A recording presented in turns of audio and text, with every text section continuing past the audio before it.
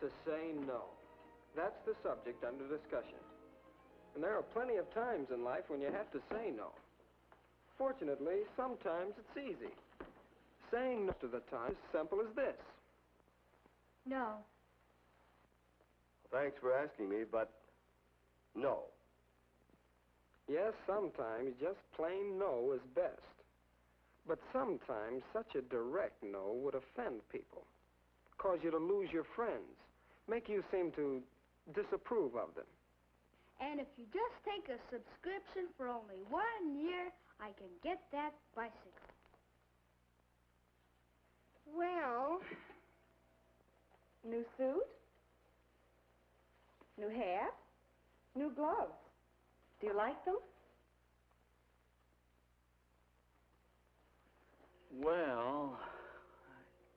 Well, we're through with that guy. Yeah, too chicken to pick up some dames with us. You're coming, aren't you, Johnny? Well, how can you say no and still keep your friends? Now, that's quite a problem sometimes. Well, let's sit in on a discussion of that problem. Come in. Here are some of my friends. I think you'll find they have helpful opinions.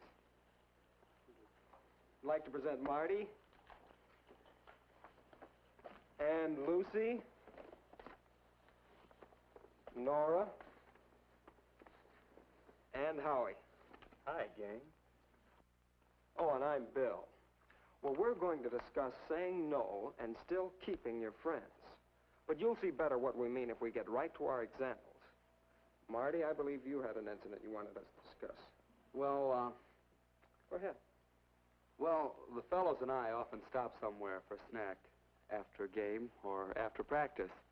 It's usually just an ordinary place where you can get a good sandwich. But sometimes the fellows pick a tavern. And then... No service here. Well, how about it? Let's have a drink. A drink? Sure, swell idea. Well, I dare you. What do you mean, dare? A drink never hurt anybody, eh, Marty? Well, Well, up, boy. I'll have a beer. Me too. Beer? Huh. Scotch and soda for us, eh, Marty? well,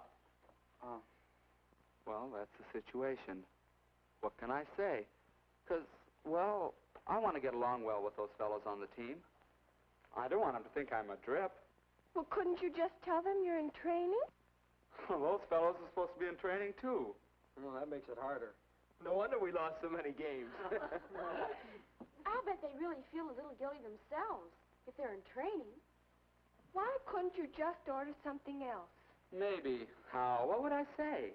Well, just whatever you would say anyway, if you were ordering. Don't you think that he should be direct? Sure. Yeah, I think so. But without making any fuss about it. Just order what you want. Well, let's see. How would that go? Scotch and soda for us, eh, Marty? I'll take a double hamburger with French fries. No drink? No, I'm hungry. Yeah, I think that might work. You know, I'll try it next time. I don't think it'll work at all. Not if the boys are at all insistent.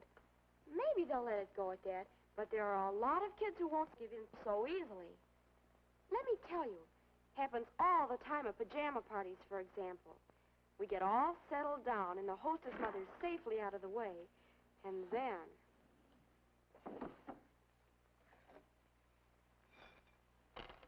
Boy, I'm dying for a smoke. How about you girls? Mary?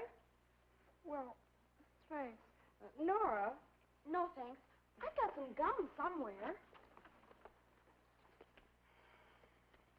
Light?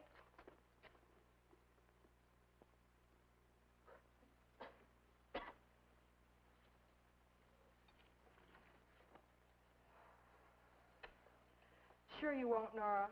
No, thanks, really. I'd rather have the gum. Oh, come on, Nora. Be a good sport. Yes, try it. Just this once. Here, take a puff on mine. See what I mean? No just doesn't mean no to some people. Well, I don't think she's very much of a hostess. if she forces things on you like that. Well, there's some consolation in that. But seriously, I can't give up a friend just because of one little fault like that. How could I say no and really make it stick? Why don't you try some parlor tricks?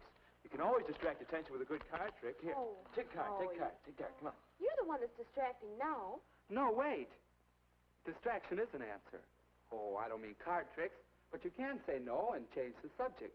Bring up the latest gossip. Sure, maybe. Could be. You see? Oh, Howie. Well, let's see how that might work. Here, take a puff on mine. No, thanks, Rose. Oh, go ahead. Say, have you heard about Ted and Margaret breaking up? No. Well, who's she out after now? Yes, what's the story? Well, I guess that that may be a pretty rosy version of what would happen. It might work, though. See? Distraction. Change the subject. It takes more than changing the subject to... Well, what about the problem of boys? Their hands, you know. Lucy, you promised not to tell. Oh, I didn't mention any names. But seriously, I've run into problems like this a lot. You get home from a date, and it's still early enough to stay outside for a while to talk. Some talk. It's a funny thing. This boy has probably been good company on the date, but just give him half a chance alone, and there's just no stopping him. Moral, don't spend time alone with him. Simply don't get into a situation like that. Oh, it isn't quite as simple as that, is it? And he has to take you home sometime. So you ask him in. Your folks are up, you have something to eat in the kitchen, and then you say goodnight. That's a help, all right. But really, you can't help getting into situations where petting's likely to start. When you date in a car, at the movies, even in your own home, watching television. You know, I never thought of that before. Well, why don't we take some cases, starting with yours, Lucy, and show just how you can say no. All right. We'll say that this time I didn't plan ahead. And here we are, on the front steps. Tell me, what are you going out for in the track meet next Saturday? Oh, the relays, I guess. Oh, how wonderful. Or take the case of the girl who finds herself in this situation. Say, is anybody else hungry? How about it, you two? Couldn't we go someplace for something to eat? Just a minute. I'm not sure those are very good examples. That poor guy in the front seat of the car sure was mad. And the other But, guy... Bill, it's not easy, you know. Why, you have to have a whole bag full of tricks to handle situations because each one is different. That's right. And fellas react differently. Seriously, You? Serious? you girls seem to think it's always the boy who starts things. Oh, naturally. Oh, no, Lucy. Sometimes we're partly to blame. We invite a little attention.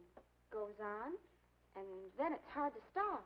There are times when it's up to the boy to say no. Some fellows seem to think that petting's, well, the thing to do. And some girls think that they have to permit it for date insurance. Well, each of us has to set his own standards, I guess. Yes, but those standards vary with a lot of things. If you really like a boy, you want to be close. You want to hold hands, maybe a goodnight kiss, and so on. It's the and so ons that are troublesome. But, I think the important thing is to know yourself and your standards. Know when and how you're going to say no, but in advance. Even then, it takes all the ingenuity you have. Well, I think we've cleared the air a bit. And we've outlined some skills in saying no and still keeping your friends.